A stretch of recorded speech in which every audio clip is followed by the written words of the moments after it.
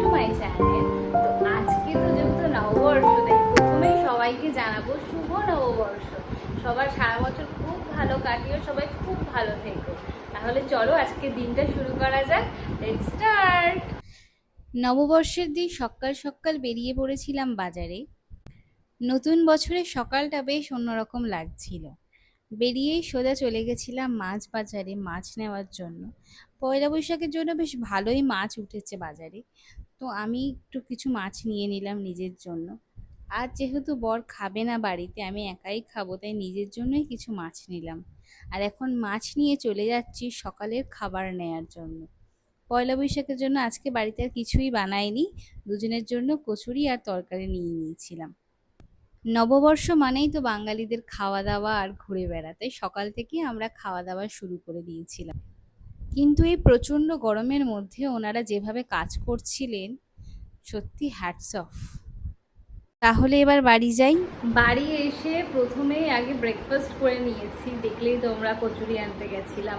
নববর্ষের দিন একটু স্পেশাল ব্রেকফাস্ট খাবো না তা তো হতেই পারে না, কিন্তু দুঃখের বিষয় হলো আজকে আমার বর কাজে যাচ্ছে, এটা প্রচণ্ড দুঃখের। ও তো একটু বাদেই বেরিয়ে যাবে, এখন স্নান করতে গেছে। ও বেরিয়ে গেলে আমিও দেখি কি করা যায় টুকটাক। তো আমিও এক্ষুনি গিয়ে আগে ফ্রেশ হয়ে আসি, চলো স্নান টান করে তারপর আবার ফিরে আসছি তোমার। স্নান ধান করে চলে এসেছি রান্না করতে, বর তো বেরিয়ে গেল কাজে। নববর্ষের দিন একা একা মনটা একদমই ভালো লাগে না, কিন্তু কি করব। ভেবেছিলাম আজকে বাইরে খেতে যাব দুপুরবেলা, কিন্তু ও যেহেতু চলে গেল, তাই বাড়িতে নিজের জন্যই একটু চিংড়ি মাছ নিয়ে এসেছি। কত বড় চিংড়ি মাছ! চিংড়ি মাছটা পুরো ডিসপ্লেতেও আসছে না, এত বড় বড় এই দাঁড়গুলো। এই চিংড়ি মাছটা এখন ভালো করে ওয়াশ করে নেব, সুন্দর করে পরিষ্কার করে তারপর এটাকে রান্না করব। দেখি কি রান্না করি। বর আসলে একদম গলদা চিংড়ি খেতে ভালোবাসে না, তাই জন্য ও যখন থাকে কেনাই হয় না। আজকে তো খাবে না দুপুরে, তাই জন্য ভাবলাম নিজের জন্য একটু গলদা চিংড়ি কিনি। নববর্ষের দিন একটু ভালো মন্দ না খেলে হয়। তাহলে চলো চিংড়ি মাছটাকে কেটে ধুয়ে তারপর দেখছি কি রান্না করা যায়।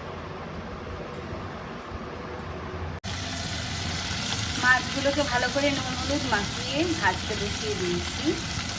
ভাজা হলে তারপর মশলাটাকে ভালো করে কষাবো।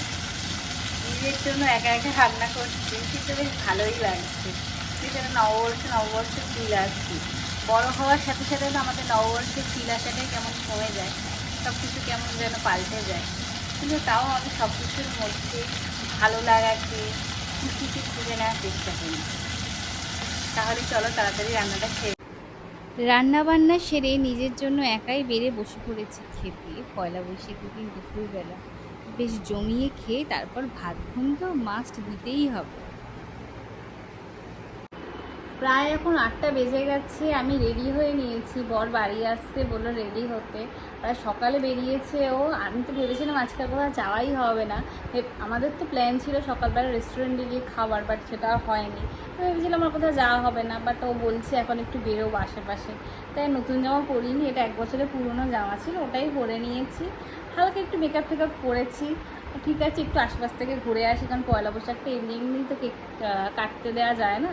তো চলো তাহলে বেরোই, ও আসুক আগে দেখি, তারপর রেডি হয়ে বেরোবো। ও বাড়ি আসার পর এত তাড়াহুড়ো করে রেডি হয়েছি যে আর কোনো ভিডিও ক্লিপসই নিতে পারিনি। এখন রাস্তায় বেরিয়েই এত ভালো লাগছিল ওয়েদারটা, খুব সুন্দর হাওয়া দিচ্ছিল সন্ধেবেলাটা।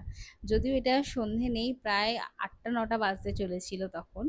তাড়াতাড়ি করে বেরিয়ে পড়েছি, কেন কোনো রেস্টুরেন্টে গিয়ে সিট পাওয়াটাও খুব দরকার। আর রেস্টুরেন্টে এসে আমরা অর্ডার করেছিলাম তন্দুরি কাবাব, আর তার সাথে নিয়েছিলাম মেন কোর্সে বাটার তন্দুরি রুটি, আর তার সাথে চিকেন চাপ। অনেকটা রাত হয়ে গেছিলো বলে প্রায় প্রচুর আইটেমই শেষ হয়ে গেছিলো। তাই এই দিয়ে আজকে আমরা আমাদের ডিনার সারলাম। নববর্ষটা খুব সুন্দর কাটলো।